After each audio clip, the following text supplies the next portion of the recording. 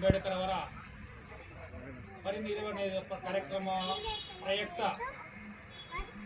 ಬಾಬಾ ಸಾಹೇಬ್ ಅಂಬೇಡ್ಕರ್ ಪುತ್ಥಳಿಯನ್ನು ಸ್ವಚ್ಛಗೊಳಿಸಿ ಈ ಪರಿನಿರ್ವಹಣೆಯ ಯಾತ್ರೆಯನ್ನು ನಮ್ಮ ಡಾಕ್ಟರ್ ದಿವಂಗತ ಜಿಗಣೇಶಂಕರ್ ಸಾಹೇಬರು 10 ವರ್ಷಗಳಿಂದ ಈ ಕಾರ್ಯಕ್ರಮವನ್ನು ಸತತವಾಗಿ ನಡೆಸಿಕೊಂಡು ಬರ್ತಾ ಇದ್ರು.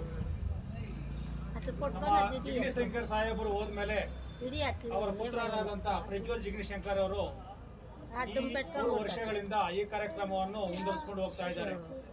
ಈಗ 13 ವರ್ಷದ ಕಾರ್ಯಕ್ರಮ ಪರಿನಿರ್ವಹಣಾ ಯಾತ್ರಾ ಕಾರ್ಯಕ್ರಮವನ್ನು ಈ ದಿನ ಮೇಸ್ತ್ರಿಪಾಳ್ಯದಿಂದ ಬಾಬಾ ಸಾಹೇಬ್ ಅಂಬೇಡ್ಕರ್ ಪುತ್ಥಳಿಯನ್ನು ಸ್ವಚ್ಛಗೊಳಿಸಿ ಈ ಕಾರ್ಯಕ್ರಮವನ್ನು ಚಾಲನೆ ಕೊಡ್ತಾ ಇದ್ದಾರೆ.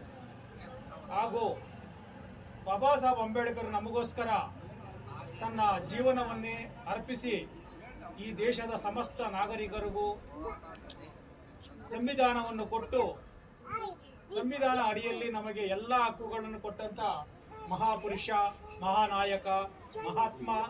ನಮಗೆಲ್ಲರಿಗೂ ಈ ಭಾರತ ದೇಶಕ್ಕೆ ಅಲ್ಲ 192 ದೇಶಗಳಲ್ಲೂ ಬಾಬಾ ಸಾಹೇಬ್ ಅಂಬೇಡ್ಕರ್ ಪುತ್ಥಳಿಗಳು ವಿಜೃಂಭಿಸುತ್ತವೆ. ಈ ಕಾರ್ಯಕ್ರಮವನ್ನು ಇಡೀ ಪ್ರಪಂಚವೇ ಕೊಂಡಾಡುತ್ತದೆ. ಹಾಗೂ ಭಾರತ ದೇಶದಲ್ಲಿ ಈಗ ನಾವು ಈ ಸಮಾಜದ ಜನಗಳು ಹಾಗೂ ಸಮಾಜದ ನಾಯಕರುಗಳು ಹಾಗೂ ಹೋರಾಟಗಾರರು ಈ ದಿನ ಬಾಬಾ ಸಾಹೇಬ್ ಅಂಬೇಡ್ಕರ್ ನಾವೆಲ್ಲರೂ ಸ್ಮರಣೆ ಮಾಡಿ ಅವರ ಮಾರ್ಗದಲ್ಲಿ ನಾವು ನಡೀತಾ ಇದ್ದೀರಿ. ಈ ಮಾರ್ಗಸೂಚಿಯನ್ನು ತೋರಿಸಿದವರು ನಮ್ಮ ಕರ್ನಾಟಕ ರಿಪಬ್ಲಿಕನ್ ಸೇನೆಯ ಸಂಸ್ಥಾಪಕರಾದಂಥ ಡಾಕ್ಟರ್ ಜಿಗಣೇಶಂಕರ್ ಸಾಹೇಬರು ನಮಗೆ ಮಾರ್ಗದರ್ಶನ ತೋರಿಸಿದರು. ಅವರು ಈ ನಮ್ಮ ಈ ದಲಿತ ಶೋಷಿತ ಸಮಾಜಕ್ಕೆ ನಾಯಕರ ಒಂದು ಮಾರ್ಗಸೂಚಿ ತೋರಿಸಿದರು ನಮ್ಮ ಜಿಗಣೇಶಂಕರ್ ಸಾಹೇಬರು. ಅವರ ಮಾರ್ಗದಲ್ಲಿ ನಾವು ಇವತ್ತು ಈ ಕಾರ್ಯಕ್ರಮ ಹಮ್ಮಿಕೊಂಡಿದ್ದೇವೆ.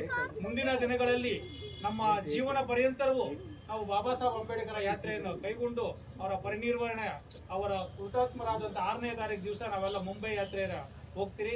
ಅಲ್ಲಿ ಅವರ ಸಮಾಧಿಗೆ ಸೇವೆ ಸಲ್ಲಿಸಿ ಅಲ್ಲೊಂದು ಹೂವು ಇಟ್ಟು ಅವರ ಪಾದಕ್ಕೆ ನಮನ ಸಲ್ಲಿಸಿ ನಾವು ಬಂದು ಮತ್ತೆ ಈ ಹೋಗಿ ಬಂದವರಿಗೆ ನಾವೆಲ್ಲರೂ ಈ ಕಾರ್ಯಕ್ರಮ ಹೋಗಿ ಬಂದವರಿಗೆಲ್ಲರೂ ಸನ್ಮಾನ ಮಾಡಿ ಅವರು ನಾವು ಬೀಳ್ಕೊಡಿರ್ತೀರಿ. ಇದೇ ಈ ನಮ್ಮ ಡಾಕ್ಟರ್ ಜಗದೀಶಂಕರ್ ಸಾಹೇಬರು ನಮಗೆ ತೋರಿಸಿದಂಥ ಮಾರ್ಗ. ಆ ಮಾರ್ಗದಲ್ಲಿ ನಾವೆಲ್ಲರೂ ಮುಂದೆ ನಡೀತಾ ಇದ್ದೀರಿ.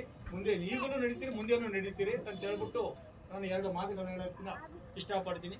ಜೈ ಭೀಮ್, ಜೈ ಭೀಮ್, ಜೈ ಭೀಮ್, ಜೈ ಭೀಮ್, ಜೈ ಜೈ ಭೀಮ್, ಜೈ ಜೈ ಭೀಮ್, ಜೈ ಭೀಮ್.